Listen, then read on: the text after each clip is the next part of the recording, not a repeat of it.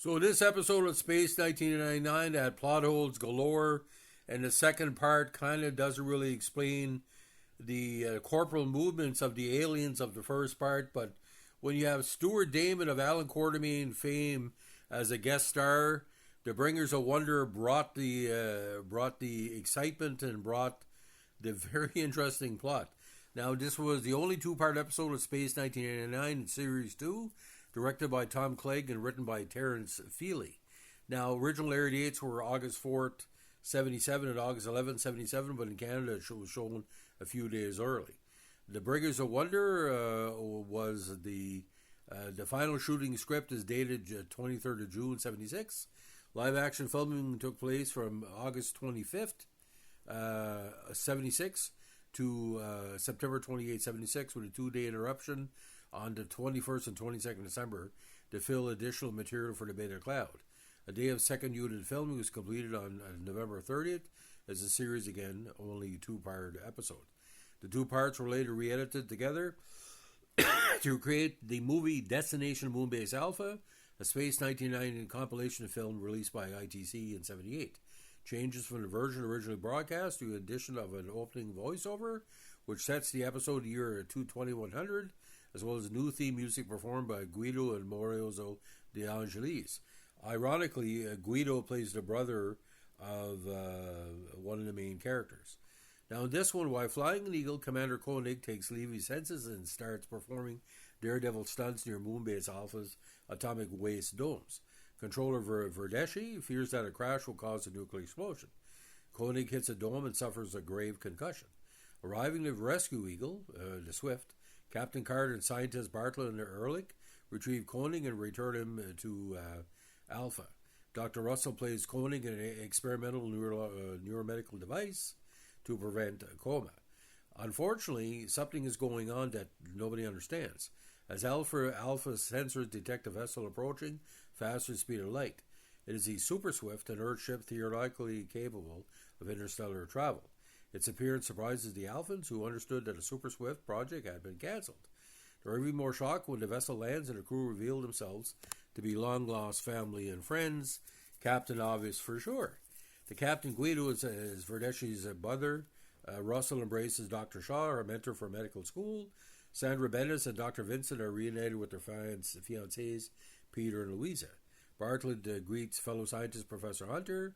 The new arrivals are, according to them, an advance party. Transport ships are en route to take the Alphans back to Earth, which at faster and light speeds is just hours away. Now, ironically, Peter and Hunter slip away to medical and psychically manipulate an orderly Sandstrom into sabotaging a device treating Koenig. Seeing this over video monitor, Vincent forces Sandstrom away, though he's briefly detained by the mental control of Louisa, who puts him in a trance. Russell then sedates Sandstrom. Koenig awakes with no memory of recent events. When he sees the Earth visitors, he reacts violently, perceiving them as terrifying alien creatures. Russell is forced to stun him with his laser sidearm. Shaw scolds Louisa for failing to restrain Vincent, which allowed Koenig to live. Louisa asks Shaw why their group fears Koenig when he could just manipulate him like the others.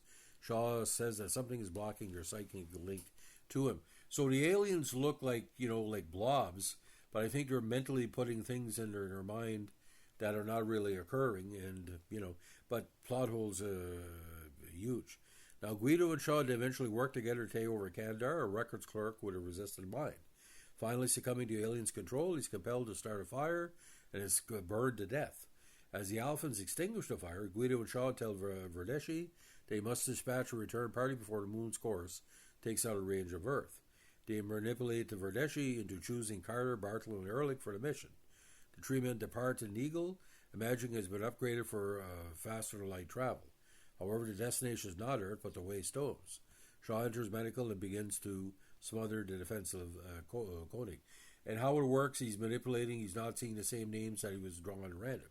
When Shaw's attempt to kill Koenig is thwarted by the arrival of Maya and Russell, Koenig realizes that his crashing Eagle was the alien's first attempt to kill him through mind control. He speculates as the only person treated with the brain device. He has a unique perception of what's happening, allows him to see the visitors for what they really are. He tries to convince the other Alphans that the visitors cannot be who they appear. They are projecting disguises based on the Alphans' memories. Furthermore, considering time dilation, Any FTL journey to the moon will equate to centuries on Earth, meaning that the real family friends are long dead. And Maya catches on too, like it's sort of shocking that they all know them. Maya completes an Eldor session and gains the ability to see the aliens, transforming into one of them to learn their motives. She discovers that they absorb radiation to sustain themselves, thus they want to blow up moon base. The radioactivity on their planet has been exhausted and they're searching for a new supply, obtainable by throwing up Alpha's atomic waste, blowing up Alpha's atomic waste domes.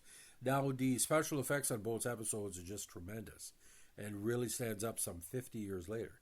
As they have low kinetic energy, they must use illusions to trick the Alphans into performing the act themselves. At the domes, Carter and Ehrlich, who think they're back on Earth, procure an atomic fuel core as a catalyst for a nuclear explosion. Koenig, Maya, and Russell stall them by remotely locking beside the fuel storage facilities. To break the aliens' hold over the Alphans, the trio blasts white noise over the moon-based public address system. Their true forms revealed, the aliens vanish, however they are not defeated. Now, when Carter and Ehrlich cut through the lock and proceed to the domes in a moon buggy on the illusion are back on Earth, they are partaking in leisure activities. Koenig, Maya, and Verdeschi take off an eagle to stop them. Realizing the aliens are now focusing on Carter's accomplices, Koenig has all of Alpha's non-vital system shuts down to deprive the aliens of electromagnetic radiation. As there is electrical activity in the human brain, he also has anesthetic gas released into the orientation system to render the personnel unconscious. When the Eagle crew catch up with Carter, Ehrlich, and Bartlett, in the ensuing struggle, Ehrlich's spaceship is breached and he's evacuated to Alpha. Carter and Bartlett are about to force the fuel core in the storage chamber when Koenig tackles Carter and Bartlett breaks free of the aliens' control. The alien leader appears, admitting that its people deceived the Alphans by asking whether the struggle to survive in space is truly preferable to the joys that the aliens offer them. Carter, still under control, tries to set off the explosion, but is thwarted by Koenig. As the alien leader curses Koenig for condemning the Alphans to a futile existence, the aliens in their spacecraft vanish for good. Now, this is a very, very good episode because, ladies and gentlemen, the scenes back on Earth really, really parallel. But the high-def version of both episodes is just, again, tremendous. Now, he did... Stuart Damon also appeared in a season 1 episode called Matter of Life and Death as a survey mission pilot. As we all know, he was acting in Britain and in different productions over the years. Now, only 3 alien jellies, as they're known in the script, were constructed for production. For crowd scenes, life-size photographic cutouts were employed. Cast from latex, the costumes were painted with grease for a slime effect and had artificial blood pumping through fine transparent tubing. Supporting actor David Jackson, who had appeared on a considerable latex appliances for his role as an alien in the rules of Luton, was relieved there was no special makeup for the role in The Bringers of Wonder. He read his lines from off screen while a stuntman sweated on what Jackson called an unwieldy latex teepee. Now, in the broadcast version of Part 2, Russell's status report, used to recap the previous episode, mentioned the date as 2,515 days after leaving Earth orbit. The shooting trip clearly has the date typed correctly as 1,915 days. It is speculated actress Barbara Baines essentially misread or misspoke the line. However, reviewing the compilation movie Destination Moonbase Alpha, released by ITC, it was done correctly as 1915. Now, many publicity shots of Nick Tate and the unidentified actress playing his illusory companion were taken to Pinewood Studio Gardens and surrounding grounds during shooting of the scenes. And again, it did very well on the ratings. And it was also a novelization of the episodes. They said that the episode was adapted in the Year 2 Space 1999 novel, The Psychomorph, by Michael Butterworth, published in 1977. Now, there was a lot of parallels with this between the Cage and the Telosians manipulating Captain Pike and the girls with the villains and Bringers of Wonder. While the intent of the alien race is different, the means by which they try to accomplish their goals is similar, namely to mislead the space crews by giving them desirable images of home and memories of the past. Now, this is probably one of the stronger Space 1999 scripts and special effects, but it's a comic book come to life, just like third season of Star Trek. But my God, ladies and gentlemen, when this came out, yeah, icky aliens, like it's probably hits all the right notes. And 50 years later, again, it's one of the most popular episodes or double, movie episodes of Space 1999. 5 stars out of 5. A tremendous episode. So, ladies and gentlemen, if you like what we're doing here with screenshots or views of Space 1999, let us know in a like, comment, subscribe, or share. Bye.